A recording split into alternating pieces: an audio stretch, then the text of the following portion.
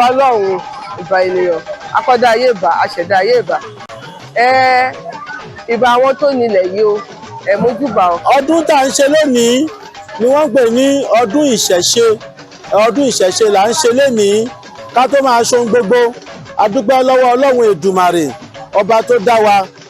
A dúpẹ́ lọ́wọ́ àwọn tí a bá láyé. A dúpẹ́ lọ́wọ́ àwọn tí wọ́n bá wa láyé àtàwọn tí àjọ jẹ́ déédéé o. Òní jẹ́ ọjọ́ pàtàkì tó jẹ́ pé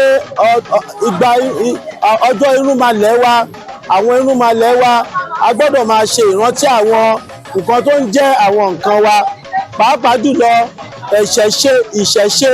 Ǹjẹ́ kí ni ń jẹ́ ìṣẹ̀ṣe? Bàbá ẹni ìṣẹ̀ṣe ẹni, ìyá ẹni ìṣẹ̀ṣe ẹni. Ìṣẹ̀ṣe ohun tí a kò lè gbàgbé ni, ohun tó jẹ́ pé kò gbọ́dọ̀ parẹ́, àṣà tí ò gbọ́dọ̀ parẹ́ ni àṣà abínibí wa ni. Ìṣẹ̀ṣe ni identity wa. Tá a bá rí Ìjẹ̀bú, a máa dá Ìjẹ̀bú mọ̀. Tí a bá rí ọmọ Ìgbò, a máa dá ọmọ Ìgbò mọ̀. Tí a bá rí ọmọ Haúsá, a máa dá ọmọ Haúsá mọ̀. Ìṣẹ̀ṣe yìí náà ni a máa fi dá àwa káàárọ̀ òjíire. Ìṣẹ̀ṣe yìí náà la máa fi dá wa mọ̀ o. Tí mo dé sórí yìí, òun ni wọ́n ń pè ní òró. Bẹ́ẹ̀ ni adé lòun náà. Òró ni mo gbé sí orí yìí o. Ọdún ìṣẹ̀ṣe, ọdún àwa olórìṣà, ọdún Ọbàtálá, ọdún Ṣàngó, ọdún eégún, ọdún gbogbo tó bá ti parapọ̀ mọ́ ìṣẹ̀ṣe, ọjọ́ èní ni ọjọ́ ayọ̀ wa. Kò dẹ̀ ní wá lọ́la ṣẹkẹ́ṣẹ tí ń ṣe láwùjọ àwọn igi, ológbò ṣẹṣẹṣẹ tí ń ṣe láwùjọ òrìṣà yẹn ò ní wá o. Èní ni ọjọ́ tá à ń bọ ìwòrè àyọ̀ká, Ìfà Eniseemu ìtótẹ́ni rẹ̀ sórí omi tó kó lọ ní ìlú Ìjẹ̀bú, tí ó jẹ́ kí Ìjẹ̀bú àti Ìmọ̀bà ó di ilẹ̀ gbígbẹ ìtí àárín lẹ́nìí. Ọdún náà là ń ṣe.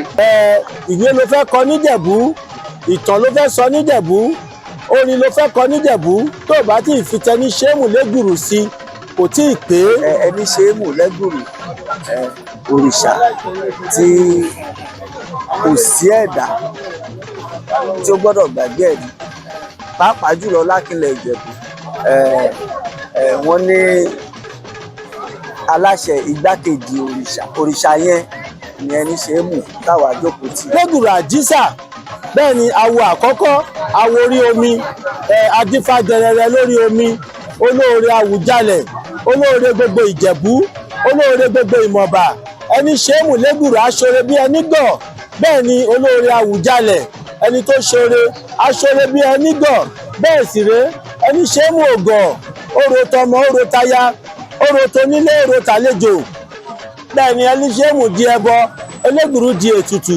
Ó fẹ̀mí rẹ̀ sílẹ̀ fún ọ̀sà Ìjẹ̀bú, ó gbé lọ sí Èmìnà lólùgbò Òkéré. Ẹ má pe Leguru ní ẹ̀gọ̀, abiyamọ òtítọ́ ni. Leguru ń bẹ ní Olúgbò Òkéré. Tí ẹ bá ti délùú Ẹ̀pẹ́, tẹ́lẹ̀ ń lọ sí Olúgbò Òkéré, òrìṣà tó kọ̀ tí ò kú, abiyamọ tó kọ̀ tí ò lọ. Ẹ máa gbóhùn Eniseemu nínú ọ̀sà yìí. Ó ń bẹ ní Èmìnà ní Olúgbò Òkéré. Eniseemu ò kú o, kò kú, ó ń bẹ láyé, ó ń bẹ láàyè. Mo jẹ̀jẹ̀ aláìgbàgbọ́ nínú ìṣẹ̀ṣe tẹ́lẹ̀, ṣùgbọ́n pẹ̀lú agbára Elédùmarè, ó jẹ́ kí ìmọ́lẹ̀ náà kó tàn pé ìṣẹ̀ṣe la gbà. Ìrìnàjò ni fún ẹ̀dá ènìyàn láti ṣe tó bá ti wà níbẹ̀. Mo lè dúpẹ́ lọ́wọ́ Elédùmarè wípé láti ìgbà tí mo ti dúró tì í, mo rí ayọ̀ níbẹ̀. The youth needs to know and understand where they come from, the existence of their roots, epistemology of their development, what stands them out, what is the history behind who they are. I use this opportunity to bring in our children. Let the youth come in. I'm proud of you doing the interview. I like your passion. I like your fact that you are driven towards a culture, and that's why you are here today. And I'd like to encourage as many more to come in and know that this is where you come from. This is your root. Tó babaláwo bàbá ẹ̀ kó máa ṣe, péjú onífá nìyẹn, kò tọ́tàn bàbá ẹ̀ fi lélẹ̀ fún un. Ó dẹ̀ jẹ́ òrìṣà náà fi lélẹ̀, kó má jẹ́ kó parun. Ká má gbàgbé nǹkan táwọn bàbá wa tó fi sílẹ̀ fún wa. Torí ẹ̀ la ṣe ń ṣe. A máa tùbà, a máa tùṣẹ́ fún wa o.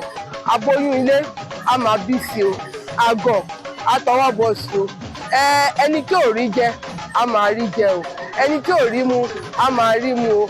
Gbogbo ìdáwọ́lé wa òṣìgbòrò owó a máa fún wa ṣe o. Gbogbo bí ta bá náwó sí báyìí a máa júṣe fún wa o, ọkọ̀ wa balẹ̀ o. Ọdún yìí a yàbò fún oníkálukú wa o. Ìgbà tó bá tún di ọdún tó ń bọ̀, gbogbo ohun tó oníkálukú wa fẹ́ òun ló máa tẹ̀ wá lọ́wọ́. Ọwọ́ bá jẹ́ fágbè á jẹ́ fọmọ náà, ọwọ́ a máa jẹ́ fórílẹ̀-èdè ìlú wa yìí. Ìlú àyádẹ̀tù á bà á tù á bà á rọ gbogbo wa lọ́rùn, àríjẹ àrímu àrínà àrílò. Ìlú yìí á di ohun tí gbogbo orílẹ̀-èdè máa rọ́ tìkẹ́tìkẹ́ wá, tó máa rọ́ tìkẹ́tìkẹ́ wá, tó máa rọ́ tìkẹ́tìkẹ́ wá. Àjọṣọdún yìí àjọ ṣàmọ̀dún, aboyún ilé wá bìtìbìtìrẹ, àwọn àgàn wá fọwọ́ àlàbòsùn, wá fi pọmọ lára. Ìjẹ̀bú ò ní gbóná tewétewé, àtàrí Ìjẹ̀bú ò ní gbóná tegbòtegbò. Gbogbo àwọn ọmọ wa wá rí jẹ, wá rí mu, aboyún ilé wá bìtìbìtìrẹ. A máa gbóhùn ìyá, a máa gbọ́ tọmọ, a máa gbọ́ ti bàbá wọn bákan náà o. Gbogbo àgàn tí ń wojú Elédùmarè ni wọ́n tọwọ́ àlàbòsùn, wọ́n rí fi pa ọmọ lára o.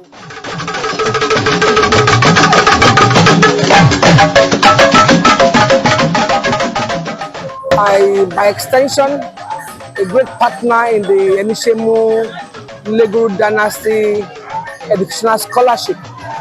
And this is the second edition this year.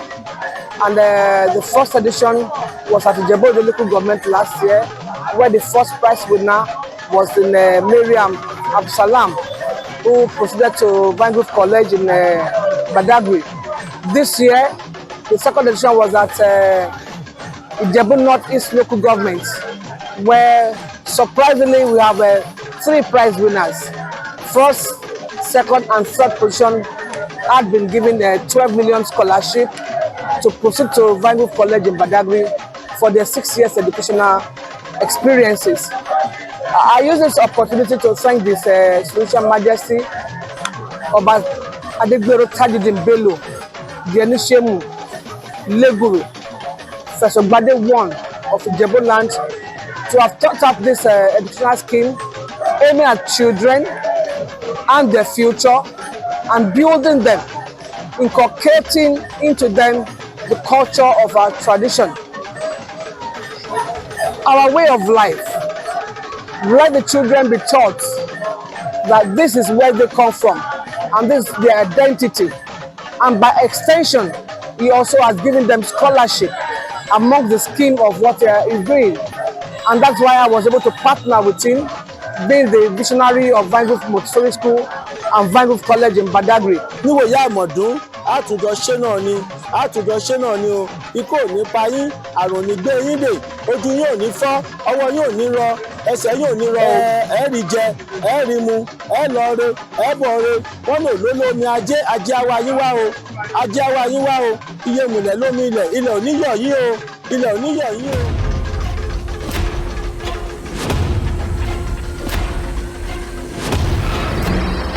Nuwa Media.